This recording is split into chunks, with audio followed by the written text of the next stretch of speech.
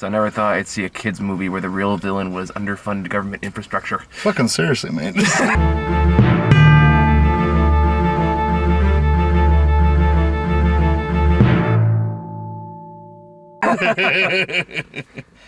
Hi. Hello. It's actually been a while since we've done it this way. Oh, man.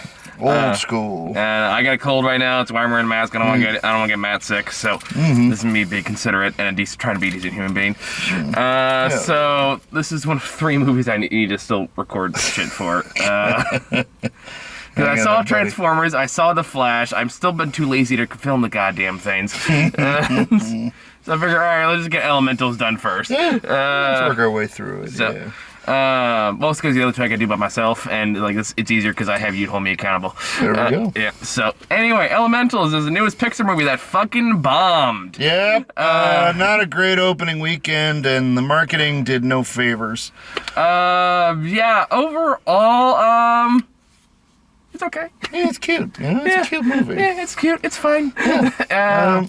The marketing did make this just like the most uninteresting. It kind of came off like in the commercials. Honestly, I had no interest whatsoever in seeing this movie at all, just because the ads made it look like it was just going to be like a romantic comedy kind of thing. But like, then I saw like somebody on TikTok being all like, actually, no, it's an immigrant story. And I was like, really now? Yeah, this is definitely a case where one side of the story is way more interesting than the other side. Oh, very much so. Because, yeah. And the interesting, kind of the frustrating thing about this movie is it does, in a lot of parts, feel almost like a proof of concept as opposed to like a fully fleshed out movie in a way. In that it feels like this was pitched as just a way to test out different like new tech and like animating elements and stuff. Yeah, definitely like. I will give it this. It's a very pretty movie. Like it's very pretty. It's very well animated. You can tell they're trying new techniques with like water and fire. Yeah, it's interesting because the characters are kind of always shifting around in place. But that's what I mean by proof of concept, though. Yeah. I feel like that's where this movie started, as opposed to having a story and working backwards. You know what I mean? Yeah. As opposed to like, okay, the animation techniques kind of came first, and they want to do something to present that, and they kind of I don't want to say threw a movie together, but it did feel like the story was undercooked. A little bit, Could use another, if we're going to go into baking, you could proof it in the fridge for another hour or so. Sure, mixing metaphors, but I get your gist. But like that being said, like, the immigrant story and material is I'm obviously neither of us are children immigrants. I can't speak to how accurate it is to the immigrant experience, but it is well written enough. It does have a bit of a white savior problem. I was about to say, does it count as a white savior movie if the guy's blue? I think it kind of does. Because if we can say the fire people are like vaguely Indian, I thought it was like Korean. Well, just it's kind of a blend. Like the architecture is more like Indian. They're clearly trying to pull they're pulling like a Chinatown thing. Yeah. So like it's kind of a mix and match of different cultures, and kind of a hodgepodge. Yeah. The accents are vaguely Russian. Yeah. I was having trouble piecing together the accent. But kind of vaguely Russian, vaguely Indian. I'm not very good with dialects, so I could be totally wrong on that. Yeah. So that's why I kind of lean towards Indian. Get in the comments. And not to mention a lot of the way they draw language and stuff. I guess kind of is reminiscent of like Arabic. Oh wow, you're right. Yeah. So okay. Again, I'm not I'm not what's it called? I'm not an architect. Starts with an A. Anthropologist. Anthropologist, yes. I'm not an anthropologist, so don't quote me on any of that as factual. But that's kind of the vibe I got out of it. And and you could say that they were kind of trying to make a unique culture for it by blending in a bunch of them. Sure, yeah, something like that, maybe. It did just kind of feel like Zootopia light in a lot of ways. Yeah, there's actually kind of a similarity between this and Zootopia that I was kind of picking up on a little bit, where it's like this movie does that thing that a lot of fantasy movies do, which is pretty not great. Which is they try to apply like real world racism logic to like fantasy races, but there's like You know, like the thing is about real world racism is that it's inherently illogical. There's not really that much of an actual difference between people. Yeah. Whereas, no, you're right. That's valid point, whereas in this movie, it's like the fire people just kind of literally explode and light shit on fire all over the place. But then you also got the inverse of that, where the city's not designed with fire people in mind, where you got water splashing all over that literally could kill people. Which is why water is white people. Yeah, okay, I see it. Yeah, see, yep, there it is. There it is. All right. Yep, there it is. So that's why, if we're gonna go with this metaphor, then that's the obvious comparison. Like Zootopia had a bit more of a deft hand at it, although you're right, it does kind of have that logical racism problem. Yeah, because it's the same thing where like it kind of took, like, Zootopia was very one-sided, where it's like, well, yeah, of course we're discriminating against them because they eat us. Whereas it's kind of the same problem X-Men always has. Oh, yeah? When you really think about it, because I was like, yeah, I know racism is wrong and everyone should be treated equally, that's right. But this one can also, like, destroy the world with his mind. So... it makes sense to be a little concerned. Like, but in one house you have to do with it, shoots laser beams on the sides. That one can invade your privacy at any time. Yeah. And a main villain who can literally just shift the polar magnetic fields of the world. Shit, he can do that? He has done it. Oh, shit. Oh, man. So after a certain point, you guys are like, the registration people, I'm not saying it's right, but they got a point. Yeah. So... You know, I'm not going to claim to be an expert on race relations. No, God knows. We're both white as fuck. Yeah. But that is sort of something I noticed. No, it is a valid critique, and it also does kind of gloss over the Chinatown problem of it too. Now, granted, I have to put this in context. It's a kids movie. It's a Pixar movie. It's a Disney movie. I'm not exactly gonna expect them to go into the Chinese Exclusion Act. Kids, you want to know what your government did to the Japanese in the 40s? Yeah, right. It's like, oh, man. So, like, I'm not exactly expecting them to go into the nuances of that particular topic. This is not that kind of movie. So this is where I was talking to you, because you were starting to ask questions like, wait, how did she know that these, like, how does she know what nipples are? Like, how does water people die? Oh my god, yeah. This came up. It's like, Matt. The nipples thing came up in the end credits. I'm going to explain this only once. All right. It's a fictional movie for children. And I have to tell it to myself, too, for the same reasons. So, that... Like, I'm going to be going home later and just being all like... I'm just gonna be going home and I'm gonna be lying in bed. I'm gonna try to go to sleep and then my eyes are just gonna shoot open and I'm just gonna be all like, how the fuck do element people reproduce? How does that work? Well, through osmosis in some cases. No, I remember the one I was thinking of during the city where it's like, we built structures to shield ourselves from the elements, but they are the elements. I mean, it makes sense for fire people because, you know, if, like a strong gust of wind or like a torrent would take them out.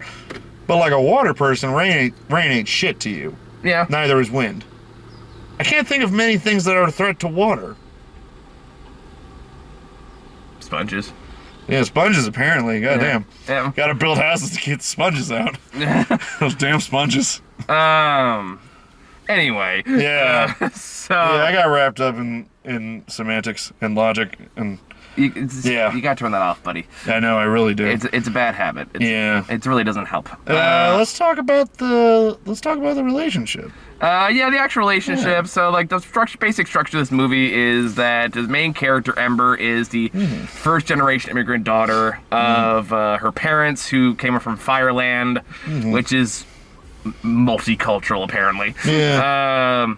After they had to evacuate their home because of a disaster in their homeland, and they decided to try cross over to not America to start anew. To New Element City or something like, or Element City. Element City or something like that. New Element City. It's not Zootopia. After the flood.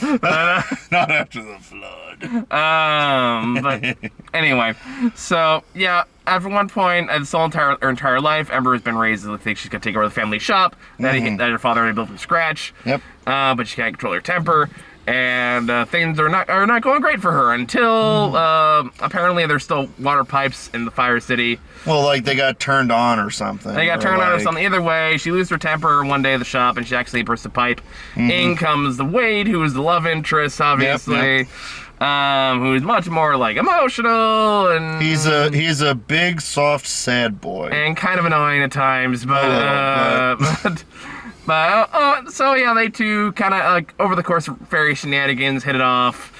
As they figure out why there's still water in the land, and then they reconnect and they fall in love, and yada yada. You know where the story goes. It's a hell of a week for them too. Yeah, right. It's not as bad as the fall in love in 3 days trope, but it's not a lot better. I'm also gonna say something funny about their romance, and was that did you hear the person who was crying behind us in the audience when like they were they were finally confessing their feelings to each other at the end of the movie? You remember that? I didn't hear them cry, but okay, I heard somebody crying back there, and I was thinking like, man, I haven't heard someone cry in a theater like this since when I saw West Side Story. Oh, right, I forgot about that. But yeah, so like the relationship is fine. Like this got some cute moments. Some moments I really liked. Yeah. There's a very nice scene at the beach. I like that angle. I thought that was well done. Like when she was actually kind of getting a little emotionally vulnerable herself, and he resonated with that. But even though like that's also because that kind of completes her story of being like the pressure of being a first generation immigrant's daughter and kind of feeling you need to help the helm, and then what do you do with your own life, and yet like those are the more interesting dynamics of the film. So like it kind of plays into that while also amplifying the romance stuff. But I also like the touching scene. I thought that was well done. Oh my god, that was gorgeous. And without going too much into spoilers, but again, it's you know what kind of movie this is. Yeah. There's not a whole lot of surprises here. Like the only main surprise is that again the city has horrible infrastructure. Seriously. Because the whole thing boils down to I was kind of low-key expecting there to be some kind of like consequence reveal or something, like, oh my god, this is why shit keeps breaking. This is what broke the fucking thing in the first place. No, it's just shitty. It's just people who aren't doing their fucking jobs. The most realistic part of the movie. Yeah. And like somebody who literally will not fix shit just because they don't like somebody. I'm just like, yeah. That's most real, or just because hey, somebody else did it. It's fine. We don't need to reinforce this in any capacity whatsoever. Yeah. Glass is fine. It'll work. So like put a band-aid on it. Turns out the reason there's like fire in this area, water in the fire town to begin with, is because there's like a gate that takes all the runoff water from the boats that pass by, but it's got a giant hole in it. Yep. So basically, the government lady says like if you can find it and fix it, the government woman says like if you can find this and fix it, like we'll kind of like we'll clear off your debt pretty much because water guy's city inspector. Finds her for a bunch of shit because he's an asshole. Yeah. Like Wally's crying too, just like I was like, I'm not gonna feel bad for you, asshole. Like, legally too, it's like, this isn't a planned inspection, motherfucker. You're supposed to give us notice. See, at least when they did that Everything Everywhere All at Once, they made the city inspector the bad guy. Yeah. In this one, it's their meet cute. And this one, it's their meet cute. And he's crying the entire time, so you don't feel bad for it. They don't rightfully come like, hey, you're kind of being an asshole for coming into an immigrant town and then finding them for all their shit. You came here by accident, and you're gonna find a bunch of shit. Just but look how sad I am. I'm white. This is so bad for me. Fuck you, whitey. Just like piss off. You fucking privileged asshole. Yeah, with your fucking giant glass towers. Not hyperbole. Oh my god, yeah, literally his family lives in the fucking penthouse. Yeah, or these giant luxury. They have an condos. indoor pool. These fucking luxury condo places. So that's the basic premise of the movie. The immigrant stuff is way more interesting than the romance part of it. There's some good parts to it. Overall, it just feels kind of just like a hodgepodge of different ideas that don't fully come together as cleanly as it could have. It's very far from Pixar's best, but I'm also not going to call it their worst. No, I mean, it's not Cars 2. It's not Cars 2. I do think this is just another unfortunate case of Disney not putting out the best Pixar stuff that's gone the last few years in theaters. That should have been gone to theaters. Like Turning Red should have definitely gone to theaters. Oh, 100%. That would have been a smash hit. Luca should have gone to theaters. Yes. Instead, we got Lightyear. Oh yeah. Which wasn't bad. I still liked Lightyear. Yeah, it was fine. I know Chris said it had a much more white savior problem. I disagree. I think this one has a much bigger white savior problem. Wait, when was Light? Yeah, I guess hold on. I forgot there was people of color in the Lightyear movie. The difference with Lightyear is the fact that he's trying so hard to fix everything. It's a bad thing for him to do. Is the point of the film. Yeah. And then he still fixes everything anyways. He still fixes everything anyway, so that's still a problem. I acknowledge that. But I can say narratively, at least they tried to address it. This one definitely kind of has the, hey, I'm white and I don't know much about your culture, but here's what I think you should do. Yeah. It's like the opposite of a manic pixie dream girl, where it's like a sobering garden gnome sad boy or some shit. I don't know. He's not a gnome. I don't know what. You tried, buddy. I can't do words sometimes. It's okay. You give it your best shot. But this movie definitely has a white savior problem. I think it is like, with the metaphor specifically it's going for, it does become more blatant the more you think about it. Yeah. Because it even has a part where if they wanted to avert this, I feel like they should have given him more problems to work through, but it's all him helping her with stuff. Yeah. And he's also given like the millions of motivational speeches. There's spoiler alert. But there's a part where like she finally realized she doesn't want to take over the shop. She wants to pursue her own dreams. But she her father's not doing so great, so he's got to go to retirement. So at his retirement party, fucking white boy McGee just storms on in. Yeah, he just shows up and he's like, hey. During a culturally relevant ritual, and makes it all about him. Bro, you don't live here, man. That's the fucking whitest thing I've seen in a movie in a long time. Or like, look, I know you're in the middle of a tender moment where the father is bestowing the family flame to you. A family heirloom. But I need to make a speech about how much I love you, while I also acknowledge how I'm kind of ruining everything right now. But I don't care. I'm white and I take what I want. Colonization's in my blood. I'm white, so I can declare a problem exists while doing nothing about it. I'm so glad the windows are open for all these statements. That's fine. We never got in trouble for this shit we say. Right on. Like the 11 years we've been doing this. Oh my gosh.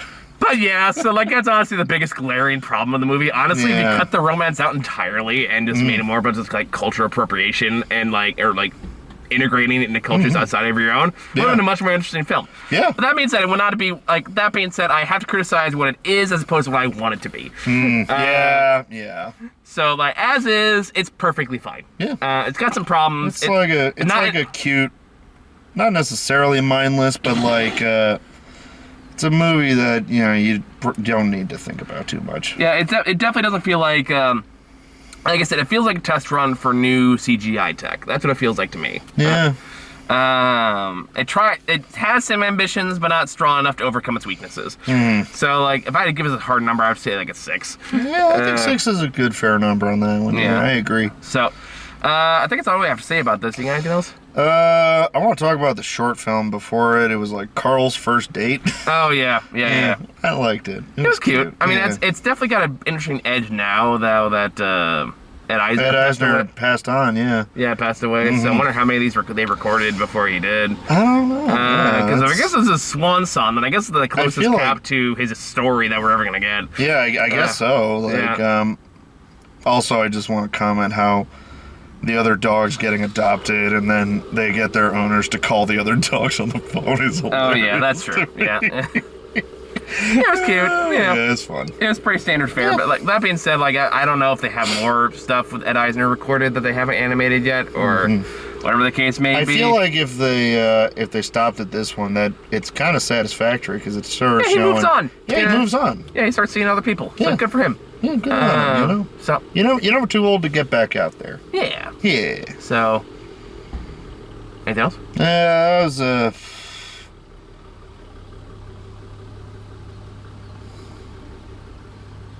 just dramatic pausing for a second. Yeah, I got nothing.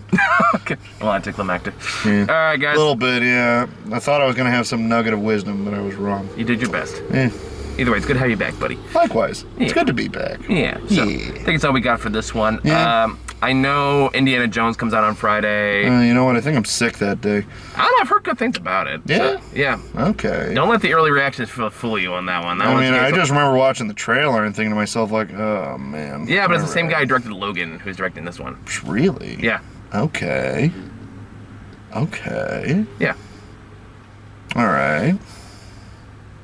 Okay, I'm back on the interest train. Okay. There you go. There you go. Alright. I know DreamWorks has a film that comes out that I gotta watch, and there's a whole bunch of bad movies that came out this year that I haven't seen yet. So Yeah. eventually I'll get to all of it. So as much of it as I can. So until then, thank you all for watching. See you later. Toodles.